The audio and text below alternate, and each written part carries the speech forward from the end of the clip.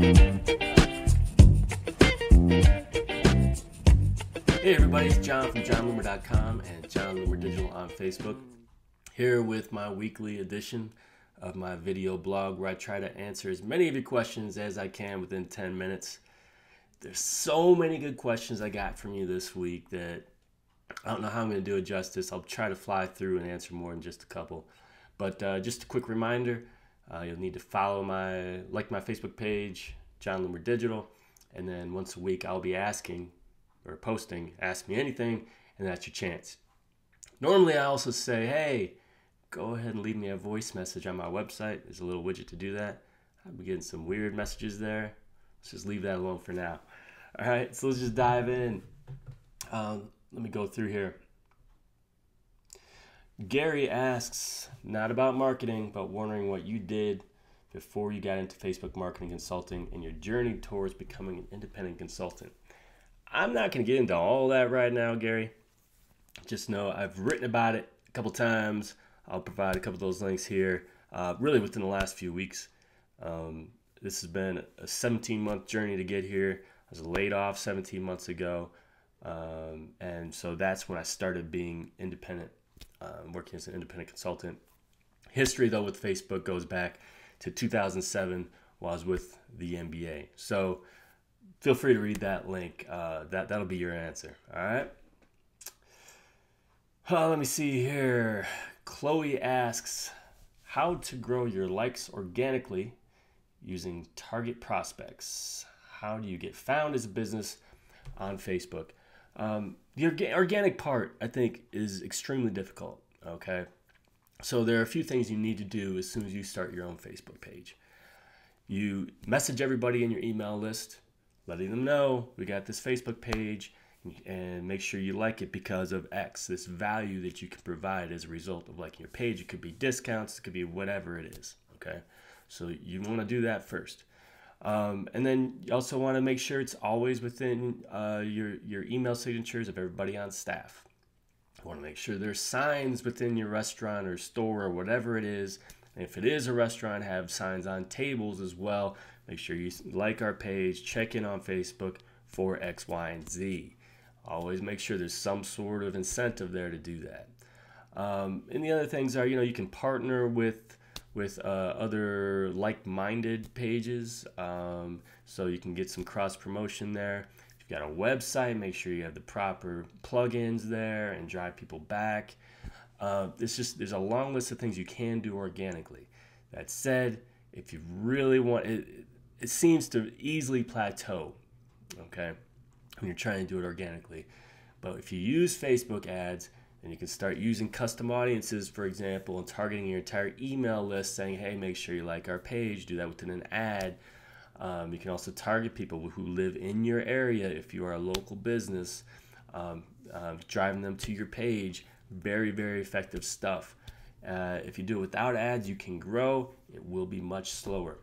Okay, and there's always contests as well too, but again, you'd want to do that. That's not really particularly organic. All right, so hopefully that helps. Tim has a really good question.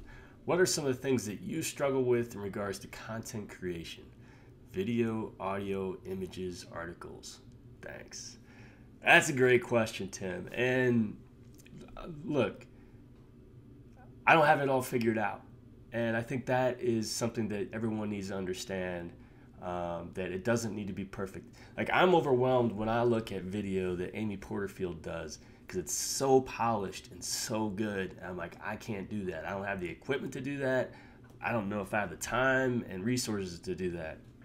But it doesn't have to be perfect. It needs to be good, all right? It needs to be thought out, but it doesn't need to be perfect. So even my writing, over the last 17 months has evolved significantly. But video right now is completely new territory for me. I struggle with it, with the amount of time it takes to do a good video, to edit it. I'm getting better. I'm getting more efficient. I struggle, optimizing it for YouTube and making sure I get the most possible views.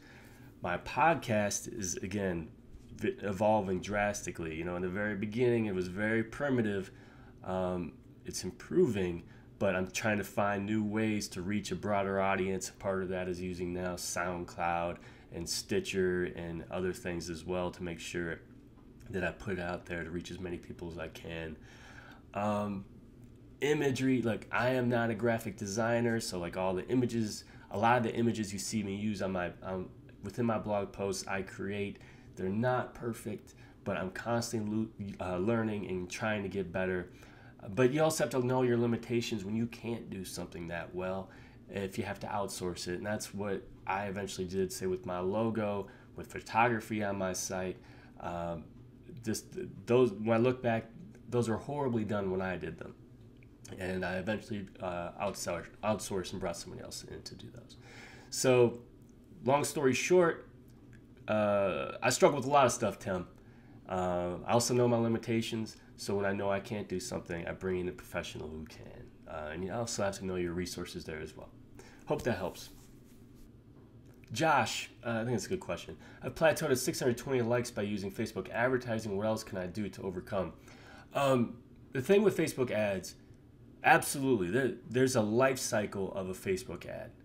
In particular, if you're using specific targeting and creative, people, it becomes noise eventually, and they've seen it. Either they're going to like your page or not. I mean, you might get a few new people every day as a result of a new audience that pops up, especially when you're doing friends of fans. So you get new fans, so you get new friends of fans as well.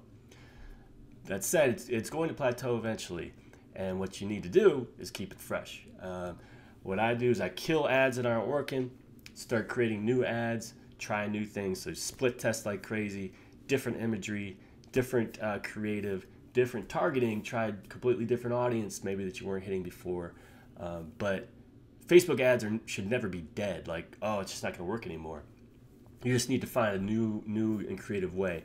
And it could be things like targeting your email list with custom audiences. Could also use search ads, the sponsored results.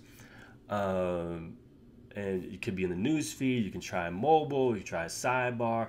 Just so many ways that you will never exhaust it. And at 620 likes, you got plenty of ways to go, my friend. So keep trying different things. Let's see here. Denny asks, what would be your advice for post promoting? How much can you get for $10? When I do a promoted post, I target my fans only. And for $10, it really depends on your audience. Like how big is your fan base? Because what Facebook does is on the lower levels, I'll just say this, because they basically give you a range of low to high of a budget. The lower levels, what they will do is focus because they generate 2 ads when you do fans only. They do the newsfeed promoted post, and they do a sponsored story. Now, if you do the lower level and you're doing fans only, Facebook will tends to focus almost all that budget on that promoted post that goes into news feeds. And what they do is they hit those people only once. Okay, your fans only once, which is awesome, which I really like. However, as you start upping that budget and you say, I want to spend $20, $30, $50, whatever it is, where the top end of your budget is, Facebook says, well, you can't, if you're only going to hit your fans once, eventually there's no way you're going to hit that budget. So they're going to start using that sponsored story as well. So really the key is to find what the happy medium is, so you can focus as much of that budget on that promoted post. You can also just delete that sponsored story entirely. Sometimes I do, sometimes I don't. It just depends.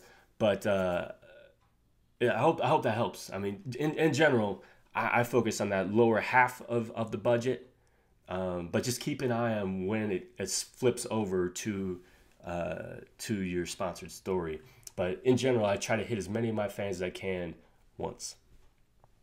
All right, Jeffrey asks, what's your best advice on the editorial content plan for Facebook? What's the best content to post to get the most engagement? I am not going to give you a one-size-fits-all answer to that, Jeffrey. I'm not a big fan of fill in the blank. Not a big fan of caption this. You have to know your audience, okay? I've written actually an article. You should read about this, about the 11 factors that drive a Facebook content plan that works.